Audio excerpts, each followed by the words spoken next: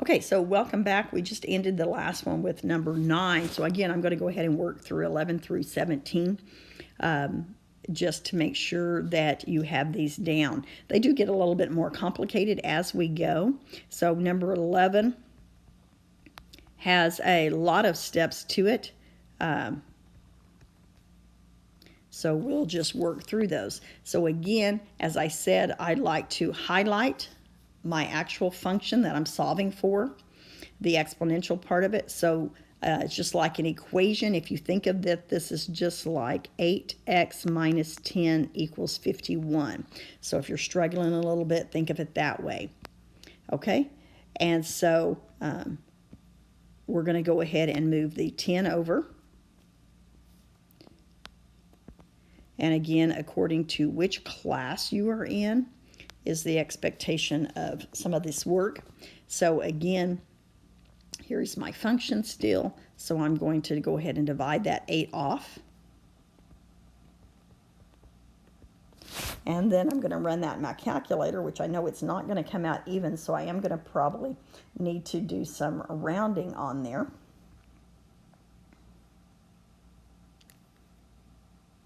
So 61 divided by 8, 7.625. And now I'm going to go to log form. So log base 15 of 7.625 equals x minus 3. Okay. And then again, now I'm going to go to my, oops, my calculator is not, sorry.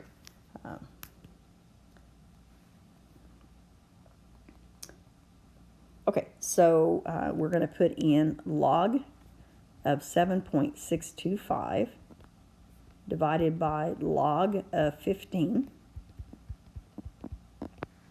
So when I put in log of 7.625 divided by log of 15, I get this to be 0.750.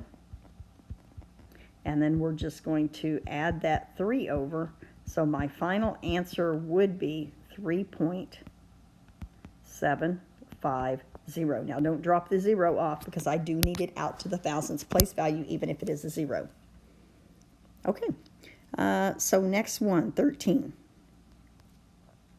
2 to the 3 minus 4r equals 57.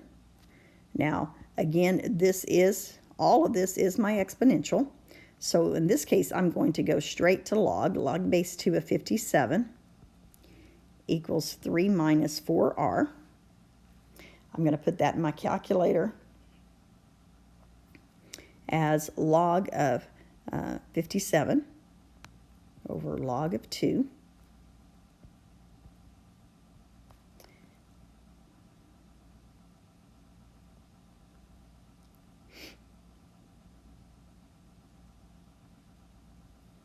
Okay, which is 5.833.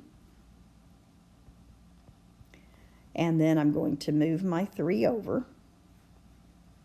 So that is going to be 2.833. It's a negative 4r. Okay. Go ahead and divide off the negative 4. And so I am going to get a negative 0.708 negative. Okay, and final answer.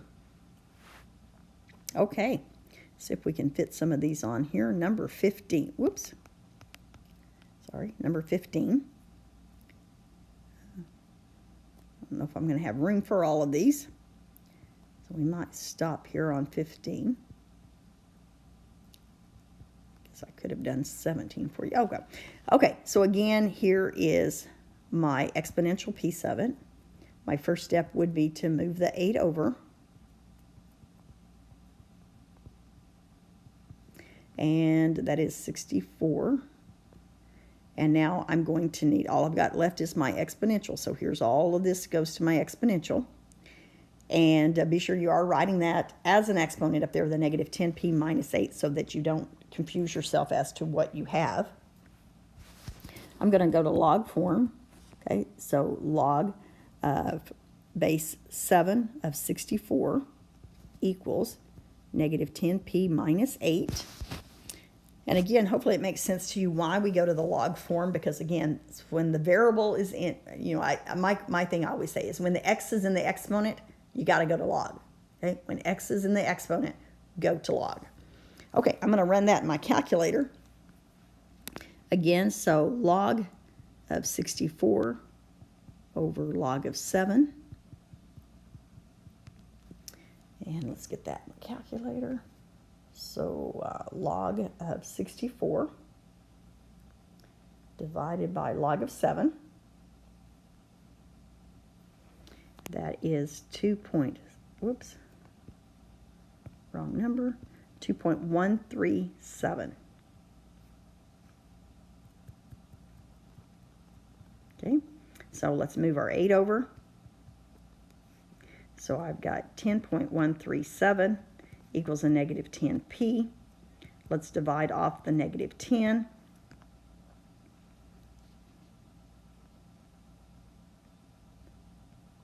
And you should be able to just move your decimal, hopefully, and put the negative on there. 1. And then I'm going to need to do a rounding of that, because our final answer can only be in the thousandths place value. Okay, so we had to round at a different value. Okay, so I did run out of space on there, but we will stop there. And again, I probably may or may not have given you this sheet, but those will be some of the problems that we'll work through in class together. So hopefully this made sense, and we'll talk to you later.